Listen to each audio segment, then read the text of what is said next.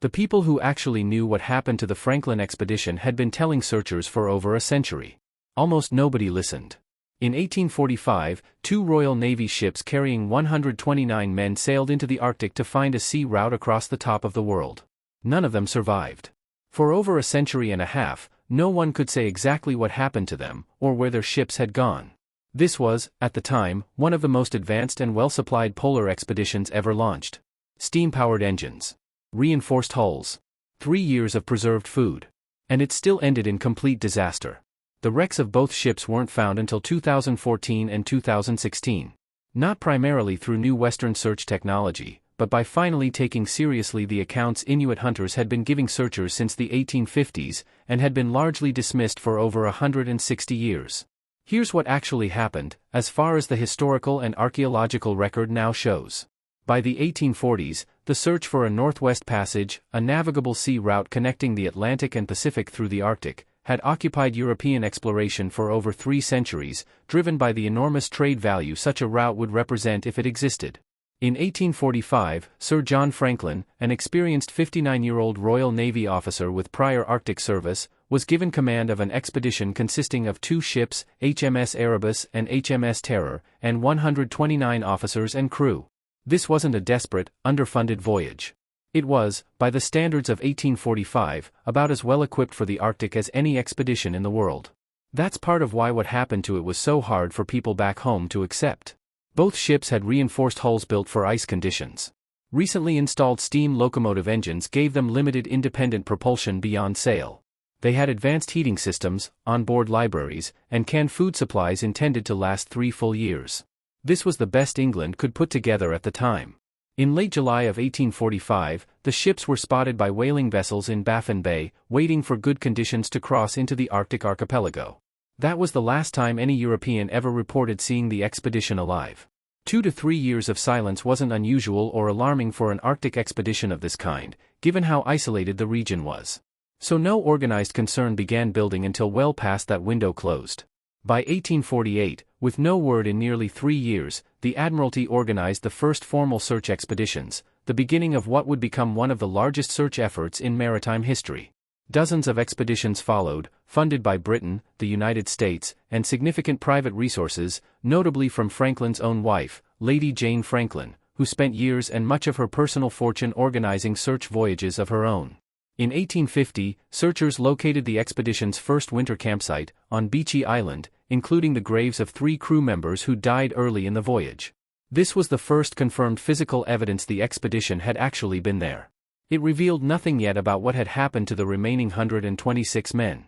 Starting that same decade, Inuit hunters in the region began giving detailed accounts to search expeditions.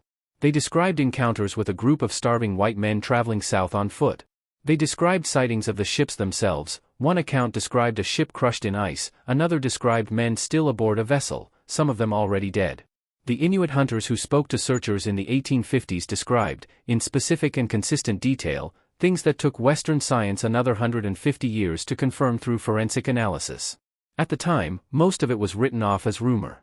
This is a documented, well-established pattern of the era. Search efforts and the British public consistently prioritized European survivor narratives and physical evidence over indigenous testimony, even when that testimony was specific, detailed, and, as it would turn out decades later, substantively accurate. One of the earliest and most disturbing of those Inuit accounts described men found in a state of extreme desperation, far from their ships, walking south with what the account made clear was no real chance of survival. In 1859, a search expedition found the single most important written record ever recovered from the Franklin expedition, a document known as the Victory Point Note, left at a site on King William Island. It was 2 separate entries, written a year apart, on the same page. The first, dated May 1847, reported the expedition wintering near King William Island, everything routine. The second, added around the margins nearly a year later, told a very different story. It recorded that Sir John Franklin himself had died on June 11, 1847. And it recorded that the remaining crew had made the decision to abandon both ships, by then trapped fast in ice, and attempt to walk south, on foot, toward the Canadian mainland. By the time the men wrote that note, a quarter of them were already dead. And the ones who weren't decided their best chance was to walk, on foot, across some of the most unforgiving terrain on the planet, toward a settlement hundreds of miles away. 24 men, including Franklin, had already died by the time the ships were abandoned in April of 1848. That's before the overland march had even begun. Over the following decades, searchers found physical evidence scattered along the presumed route of that march. Skeletal remains. Abandoned equipment, including items that, in hindsight, seem strikingly impractical for a desperate survival trek. Silverware. Books. Personal effects a starving man walking toward death shouldn't reasonably have been carrying, which some researchers have read as a sign of confusion, denial, or simple breakdown in judgment as the men's condition worsened. And, significantly, cut marks on some of the recovered human bones. 20th-century forensic examination identified these marks as consistent with cannibalism among the starving survivors. This finding closely matched, and ultimately corroborated, the specific Inuit testimony from the 1850s, testimony that, at the time it was first given, had been dismissed by British officials and the public as slander against Royal Navy officers. It took roughly 150 years for Western forensic science to confirm what Inuit hunters had already reported, in detail, within a few years of the disaster itself. Modern analysis of preserved remains, including bodies recovered from the Beechey Island graves, also found evidence consistent with lead poisoning among the crew. The exact source has long been debated. Candidates include the soldering used to seal the expedition's canned food, the ship's water distillation systems, or some combination of both. Its precise role in the crew's fate is still discussed, but most researchers agree it likely contributed to the men's declining health and judgment during an already catastrophic situation. Despite the Victory Point note and decades of subsequent search efforts, the physical wrecks of Erebus and Terror themselves remained undiscovered for over a century and a half. Search efforts continued in fits and starts for generations, until a renewed, sustained modern search, led by Parks Canada in collaboration with the Canadian Coast Guard and Inuit knowledge holders, began deliberately treating oral testimony as a primary lead rather than folklore. In 2014, that search team, using side-scan sonar and working from specific Inuit oral testimony about wreck locations passed down across generations, located HMS Erebus in relatively shallow water near King William Island, remarkably well preserved on the seabed after more than a century and a half underwater. 2 years later, in 2016, HMS Terror was found, further south than researchers had expected, in a bay whose Inuit place name reportedly translates to a description matching almost exactly where the ship was ultimately located. That discovery came in large part because of specific, decades-old testimony from an Inuk hunter named Sami Kogvik, who had seen something protruding from the ice years earlier, and whose account led the search team directly to the site. The wreck was found less than a kilometer from where local testimony said it would be. That testimony wasn't new. Some version of it had been on record for well over 100 years. It just took that long for anyone to search where they'd actually been told to look.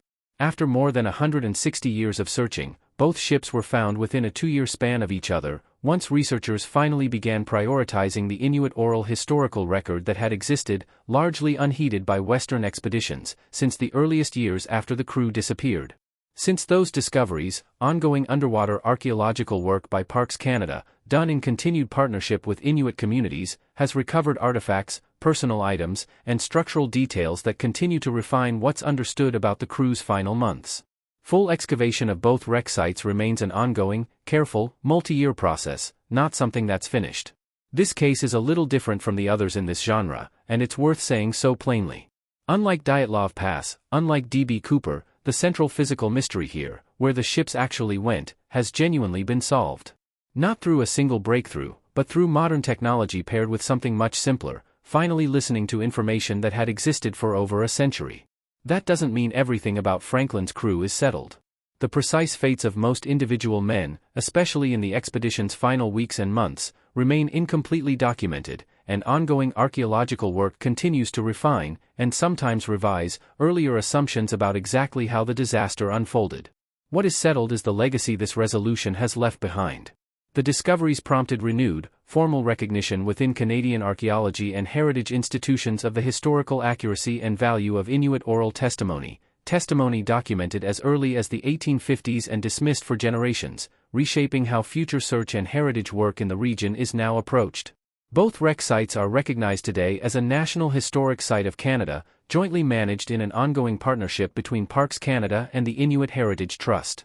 It took steam engines and side-scan sonar and 2 centuries of searching to find those ships. But the last piece anyone actually needed was testimony that had existed the entire time, from people who were never really lost, telling searchers exactly where to look.